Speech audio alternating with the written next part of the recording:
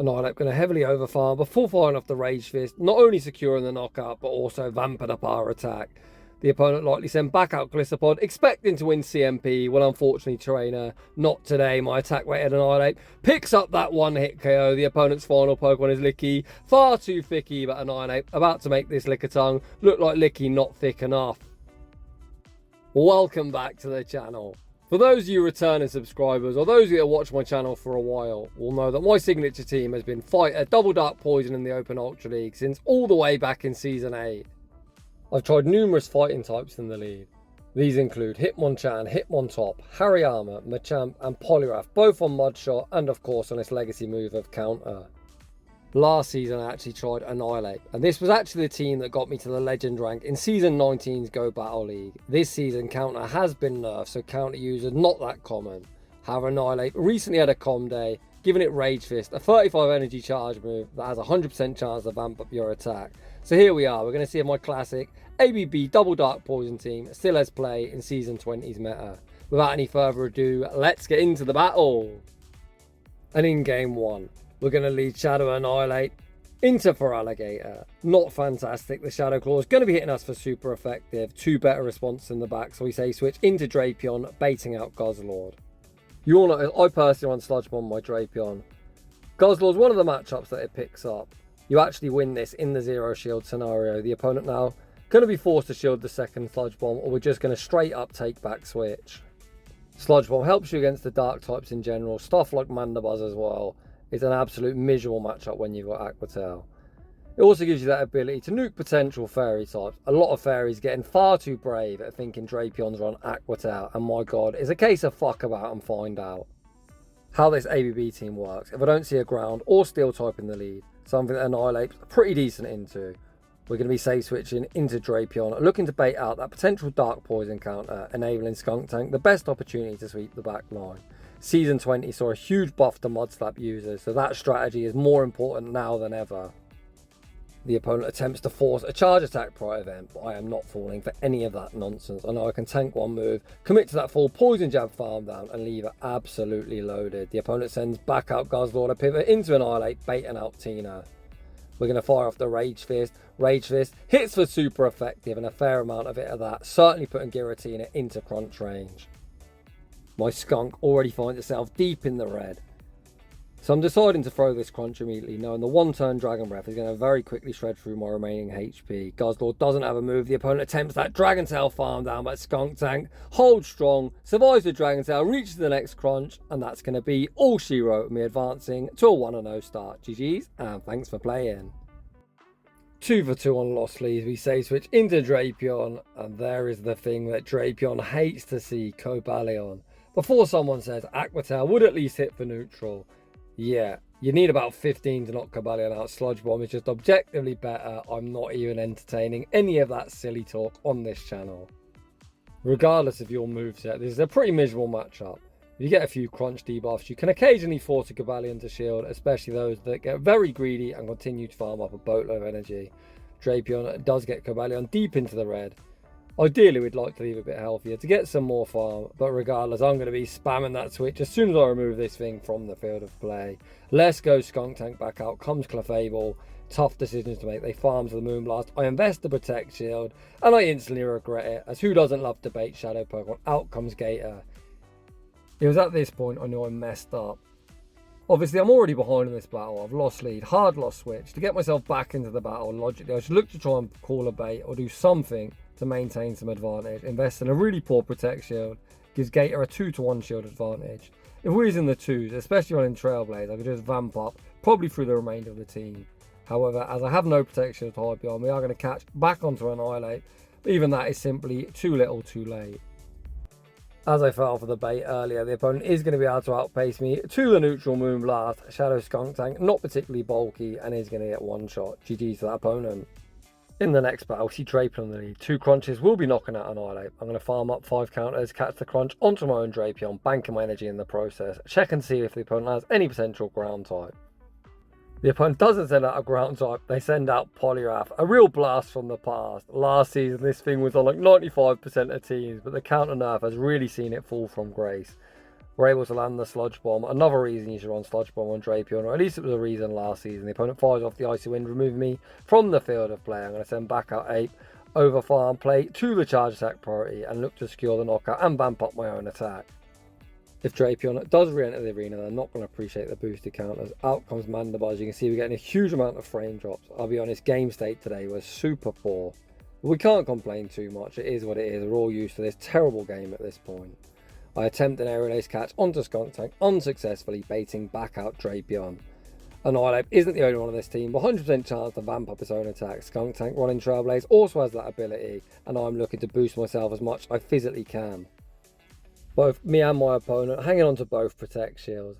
Drapion is forced to shield this move, or they will be getting knocked out. The opponent put it all on Mandibars, and these boosted poison jabs are really going to start chunking. I am going to invest one protect shield, and then I'm actually going to fire off the crunch. With the logic, the opponent is unlikely to shield, and this is very boosted and going to do quite substantial damage.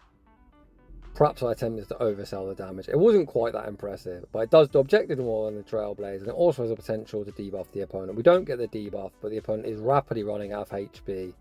We let Skuntank go down, saving our final protect shield for Annihilape, and they're quite literally going to get fast move beat down. Show me a more beautiful sight than the ever bulky, ever annoying Vulture dying to quick moves. We one shield flex and take that game. When I played these battles earlier, I thought this team doesn't work this season. I'll be honest, it doesn't really work this season, mostly due to the Mud Slap buff. However, I think I was very unfortunate. I quite literally lost so many leads today. Not that I think winning lead is the be all and end all. However, we've already established that the Dark Poisons are a lot more vulnerable than they used to be. With all the Mud Slappers, and people are certainly hunting these apes. My god, is there some counters for fighting types currently. Drapion manages to obtain me a shield advantage, but the opponent does commit to that full Incinerate farm down. I'm instantly going to be giving up that Protect Shield, blocking up the incoming Blast Burn. As they are the Dragon Breath variant of Giratina, I don't actually think this will be the worst matchup for 8. It's going to take him the equivalent of 7.5 counters to reach the Shadow Sneak, or 15 Dragon Breaths, so we've got a heavy pacing advantage. We're going to fire off the first Rage Fist. The opponent unwilling to shield the first, and rightfully so, as the second will be doing more damage. But you can already see the second will be enough to remove them from the field of play. Ball very much in the opponent's court. If they shield this, we are instantly pivoting, giving us a chance to potentially catch in the end game. The opponent saving their final Protect Shield for a Shadow Arcanine, and this you can see just how disgusting Shadow counters are. Despite us being deep in the red, we're able to fully counter farm them down and take that game. Shout out that opponent. Someone who's already at Legend rank and clearly having fun. In the next battle, once again, we lose leads. We're going to utilise the Shadow Drapion save switch. As the opponent's staying in, that can mean one of two things. Firstly, they're weak to a Dark Poison, or secondly, they've got another hard answer for Annihilape. I'm hoping it's option 1, to be honest, and we're soon about to find out. Drapion gets Gator into the red health range. We're going to wait out our clock, as I'll be switch locked and the opponent will not. We're going to wait out our full clock, send out Annihilape. The opponent enables me to have a full counter farm down, so that probably reveals they've got another answer. Out comes Venusaur. However, Annihilape has a very nice energy lead. I fire off the Rage Fist. Rage Fist does some decent chip damage. It takes him 6 Vine Whips to the Frenzy Plants. We're going to catch it onto Skuntank, where it will be resisted. The opponent instantly retreat into Shadow Typhlosion. My god, these Incinerates melting through Skuntank. The opponent goes straight for a Thunder Punch, and I am going to invest a Protect Shield. I'm then going to fire off 2 Poison Jabs and the Trailblaze. Of course, this is resisted, but comes with 100% chance to vamp up my attack. The opponent invests that Protect Shield. We get off 2 boosted Poison Jabs, certainly putting it into a range where the opponent's only going to reach 1 move. However, have we left enough farm where we can outpace Venusaur to the back-to-back moves before the next Frenzy Plants reach? They're going to be 6 off. Back out comes Venusaur. We fire off the first Rage Fist. Rage Fist goes unshielded. The opponent recognises the next one will do more damage. I'm going to throw 6 counters. Look to throw the charge move on the CMP type. If you're wondering why I'm throwing, even though they've got a Protect Shield, because all moves do 1 damage, I was thinking if that counter didn't knock out, hopefully they're in 1 counter range. But regardless, we're able to take the dub. In the next battle, we see the Snail in the lead. Oh boy, my backline does not want to see this. Unless all shields are down, where we can hit them with a Trailblaze to their face, which would be absolutely hilarious. But that's a pretty niche scenario. This savage of an opponent bait me with a Body Slam. Oh gosh, you can tell I don't play much anymore. I used to call all the baits, and now you might as well call me Battle Bill, who refers to himself as Baited Bill, because I'm getting baited all over the shop today. As I'm down a Protect Shield, I'm going to stay in with Ape, force my Protect Shield back, although I'm not sure that's the best play, as that's cost me almost all my HP. We then pivot into Skuntank, as Drapion is the spam with the 2 crunch use, and I'm anticipating the opponent switching out. Last season I was running Flamethrower, and despite me throwing quite a lot of Trailblaze in this video, if I had a TM I would look to be on Flamethrower, and that would have cleanly one-shot Sonic. We now find ourselves in a very tricky situation.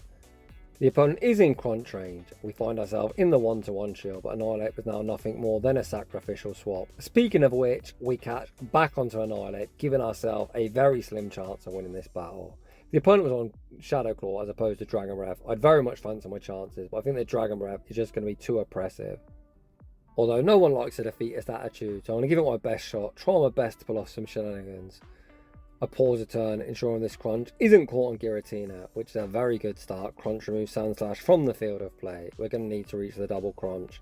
I'm not throwing until I'm doubled up. Can we get there? This Dragon Claw gets me low. Can Drapion reach the double crunch required to win this game? Heartbreakingly, we cannot, and the opponent's going to emerge victorious. GG's to them. Heading into the next battle, we see another Drapion in the lead.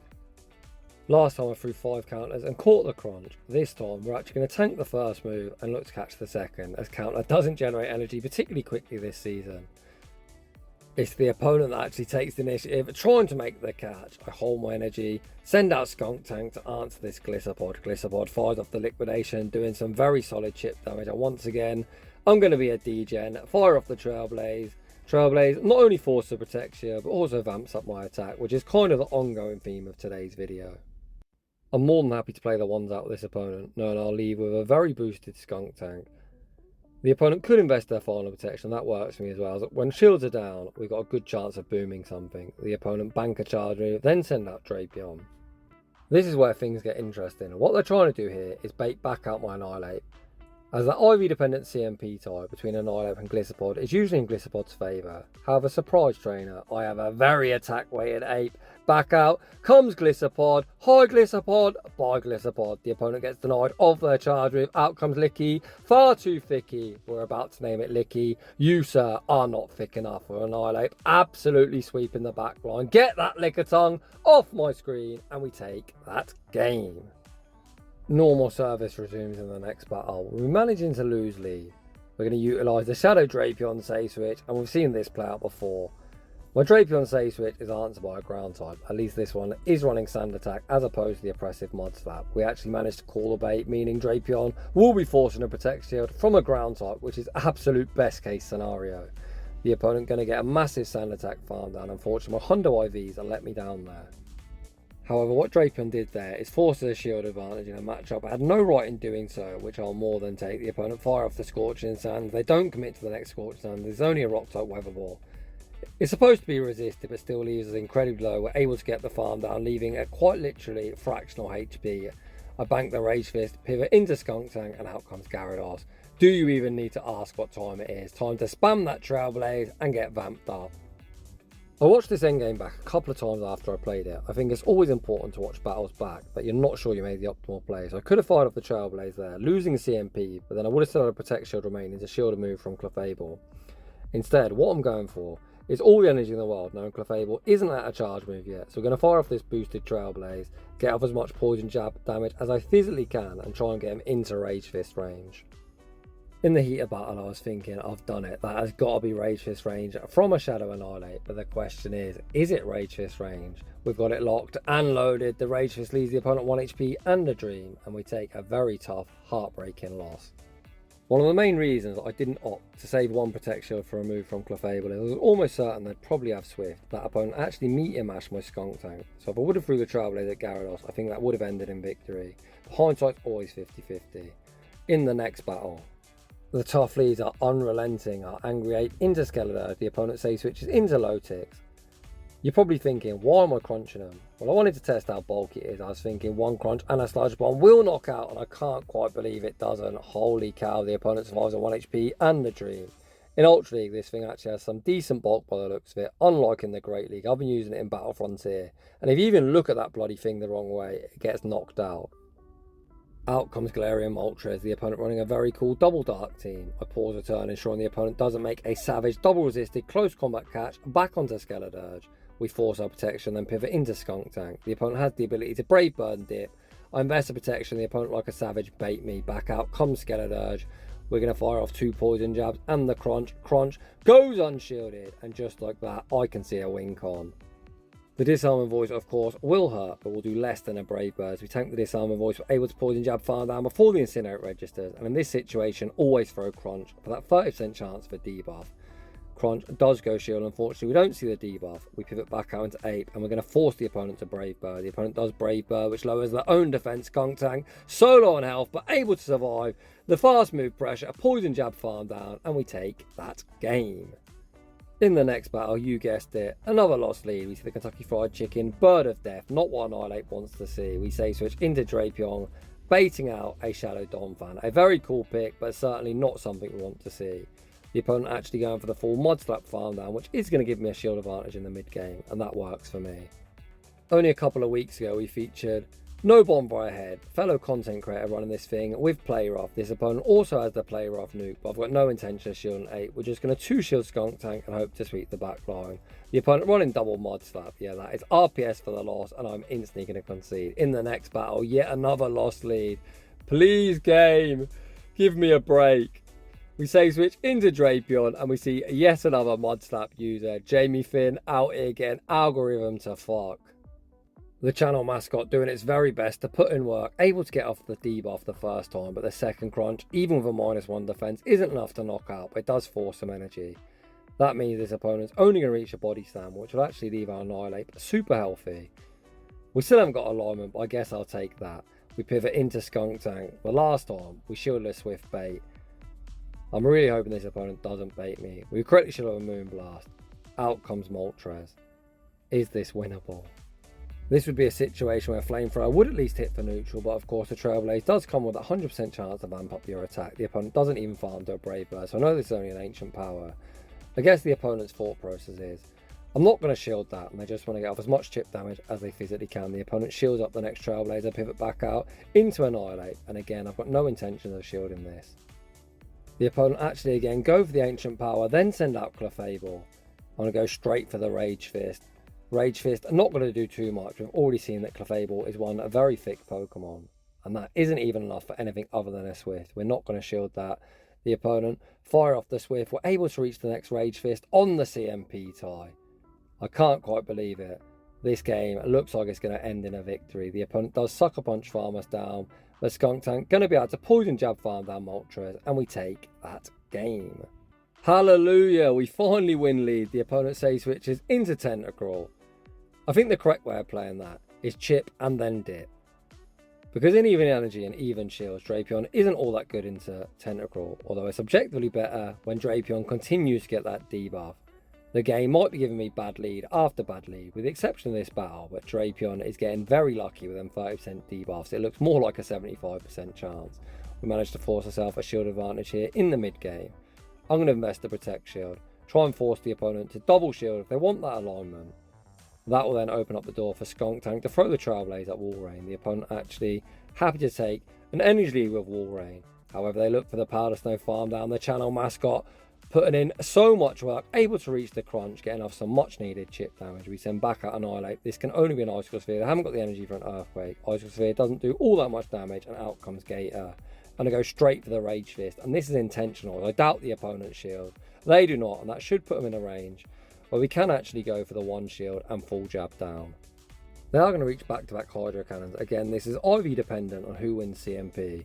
Instead of risking losing CMP, I'm just going to go for the player I mentioned earlier, one shield and full jab farm down. When Walrein does return, we're going straight for that Trailblaze. The opponent's going to be forced to throw. They literally cannot Powder Snow farm me down.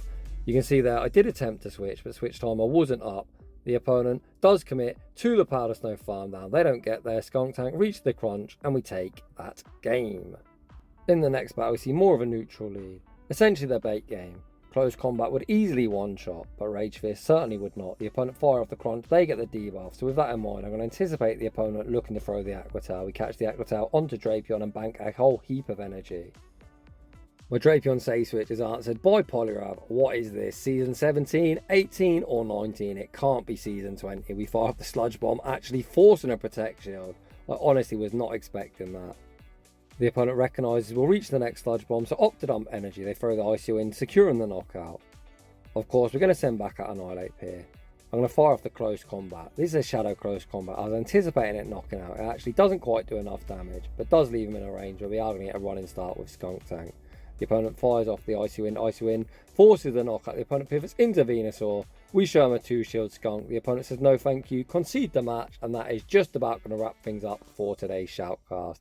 So as I've mentioned a few times throughout this video, I don't think this is the meta for fighter double dark poison. A fighter in the lead isn't particularly good. I was getting countered left, right and centre. The dark poisons are also struggling quite bad this season due to all the mud slap users. This team was more for entertainment purposes only, and just because I've run it for so long, over 4 years. So if you're enjoying the content, smash that like button. If you're new, consider subscribing if you like your battles featured on my channel. A link to my battle submission form is down below. And as always, a huge thank you to everyone for watching, and I'll see you all in the next one.